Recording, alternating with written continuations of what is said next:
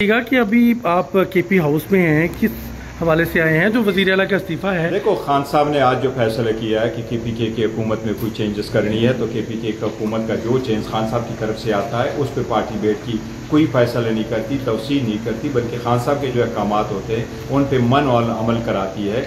अली अमीन साहब से मेरी बात हुई और अली अमीन साहब का इरादा है कि वो इस्तीफ़ा दे दे। उन्होंने मुझे कहा कि मैं अपना इस्तीफ़ा आपके हवाले कर दूँ, बट मैं इस बात का मजाज नहीं हूँ कि अली अमीन साहब से इस्तीफ़ा ले लूँ। अगर खान साहब की हिदायत है जो हमारे पास पहुँच गई है और खान साहब की हिदायत है तो अली अमीन साहब अपना इस्तीफ़ा खान साहब को पेश करें या आइन के आर्टिकल 1308 के मुताबिक गवर्नर को डायरेक्टली भेज ले कि मैं अपनी पोजीशन से इस्तीफ़ा देना चाहता हूँ। खान साहब की जो हिदायत होंगे उस पर मन व अमल होगा और 2/3 मेजॉरिटी अल्हम्दुलिल्लाह केपीके में पाकिस्तान तहरीक इंसाफ ही की हुकूमत होगी। खान साहब के ख्वाहिशात के मुताबिक हमारी हुकूमत होगी, मजबूत हुकूमत होगी इंशाअल्लाह ताला। अवाम के तौक़ुआत भी पूरा उतरेगी। आज मुझे अली अमीन साहब ने बुलाया है, मैं अब उनसे मुलाकात कर रहा हूँ और मैं अपनी राय उनको चार्जशीट कर दिया आज तो नहीं, इंशाअल्लाह ताला चार्जशीट नहीं। देखो, खान साहब जेल में है, उनकी जो हिदायत है, देखिए मैं तो हमेशा से एक चीज़ बड़ा क्लियरली कहता हूँ, हम कोई डीसी नहीं लगे हुए हैं कि हम कहें जी कि आप मेरे ऊपर कोई वो ना करो,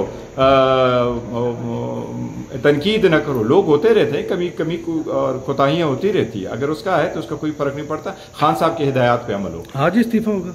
देखो, अली अमीन साहब ने कहा है, लेकिन ये उनकी सवाबदीद है और मेरी यही होगी कि जी ये आपके पास खान साहब को दे दे। मैं इस बात का मजाज नहीं हो कि उससे इस्तीफा ले लूँ।